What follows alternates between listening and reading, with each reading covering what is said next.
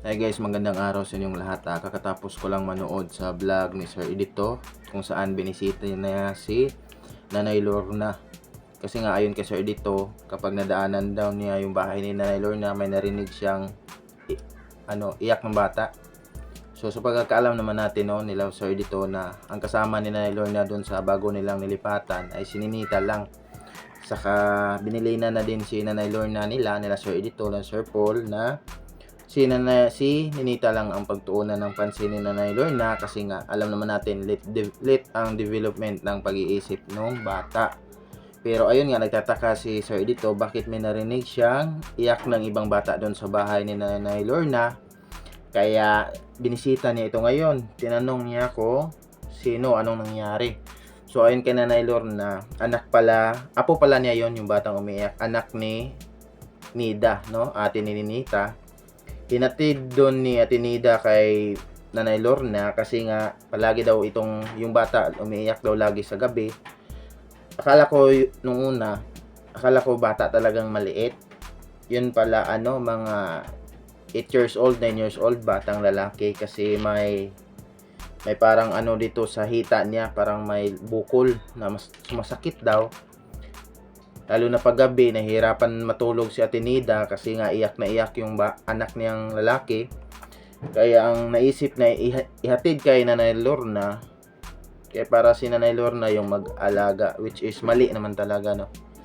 Kasi yung rason ni Ate Nida, Ma'am Nidan, ang rason ni Ate Nida bakit inihatid niya kung bakit inayawan niya ng pag-alaga yung bata kasi magtatrabaho daw sila sa araw. Tapos puyat sila, wala silang tulog, kakaiyak ng bata. So ayun, mas pinili niyang ihatid kay Nanay Lorna. Syempre si Nanay Lorna bilang lola, hindi naman talaga natin masisisi yan. Yung mga lolo't lola natin, mapagmahal talaga yan pagdating sa mga apo.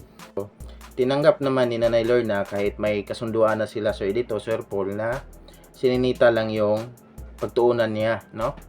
So tinanggap ni Nanay Lorna, pero hindi normal lang pamilya kasi sila. So ang mali lang talaga doon is selfish din yun si Ate Nida kasi alam naman niya, mismo siya nahihirapan siya pagtulog, kakaiyak ng bata. Yan nga yung pinoproblema niya, no? Hindi siya makatulog. So inhatid niya kay Nanay Lorna. So ang resulta, si Nanay Lorna at si Ninita yung walang pahinga, no? Hindi makatulog. So sana inisip niya yun, no? Hindi siya nag-isip noon. Si Nanay Lorna nga mas okay lang yun na siya yung mapuyat sa anak niya kasi bata pa naman siya, no? Si Nanay Lorna matanda na, tapos hindi pa niya inisip na sa mga matanda kailangan talaga ang eksaktong tulog. So binigay niya kay Nanay Lorna. So ang resulta ngayon, si Nanay Lorna at si Ninita ang walang tulog. So mabuti at pinuntahan ni Edito kasi ang hiling ni Edito, ang solusyon ni Edito na ihatid nila pabalik yung bata doon kay Ate Nida sa nanay. So sinabi ni Nanay Lorna nga minsan may mga gabi nga pati si Ninita naiinis na rin kakaiyak ng batang lalaki kasi maaga pa kasing gumigising yan si Ninita kasi nag-aaral, alas 4 pa daw yan, alas 5 gumigising na yan si Ninita kasi nga may klase. So, maaapektuhan talaga yung pag-aaral ni Ninita pag nandun yung bata. Kasi nga iyak ng iyak sa gabi. Sila yung hindi makakatulog. So, alam mo naman, pag wala kang nagpapasok ka sa paralan tapos wala kang eksaktong tulog, hindi talaga ganong active yung yung pag-iisip mo, no? Puyat. So, sumang-ayon naman si Nanay Lorna dito na ihatid nila ni Edito pabalik yung batang lalaki doon kay Ate Nida. So, kung hindi to pinuntahan ni Sir Edito, siguro, titiisin nilang siguro ni Nanay Lorna na ganon. Pero hindi pwede yon kasi malalagay sa alanganin yung kinabukasan ni Nanay Lorna, no? Maging may, kung ano naman ang mangyari na hindi na masyadong mabantayan si Ninita. Kasi may iba ng yung batang lalaki. So, pumayag naman si Nanay Lorna na ibalik nila yung batang lalaki sa suggestion ni Edito. So, ayun nga, inatid nila sa ina kay Ate Nida yung anak niya.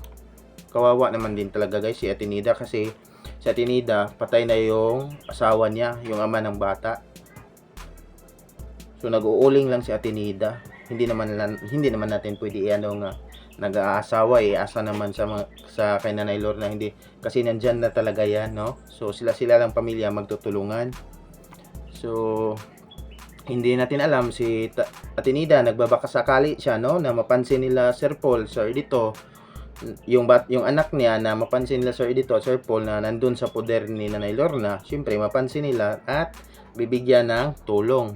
Kasi nga ayon kay paghatid nila Sir Edito at Nanay Lorna dun sa bata, pagdating nila sa bahay ni Atenida, ayun nga, no, yung problema ni Atenida, no, na laging umiiyak tapos wala silang pampahospital nung bata, wala siyang pera, umiiyak pa nga si Atenida. So sobrang hirap, single, siya lang yung nag-ano sa mga anak niya kasi patay na yung asawa niya, pati si Nanay Lorna naiiyak na din.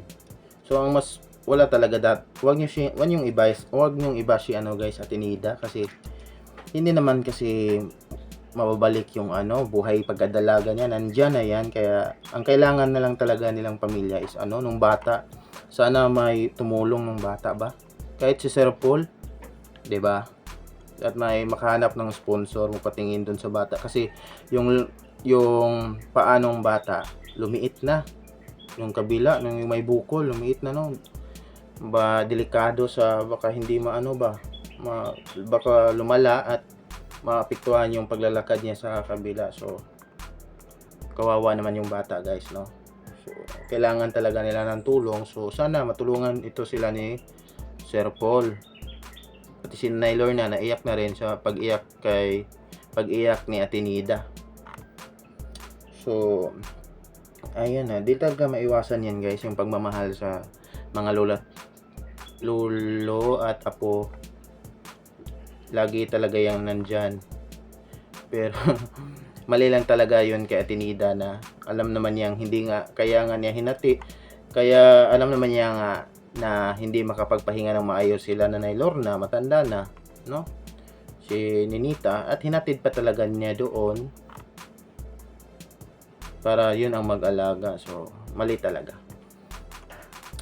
Pero ayan na yan, guys, wag natin sila i-bash, wag natin sila pagsabihan ng yung kailangan nila tulong.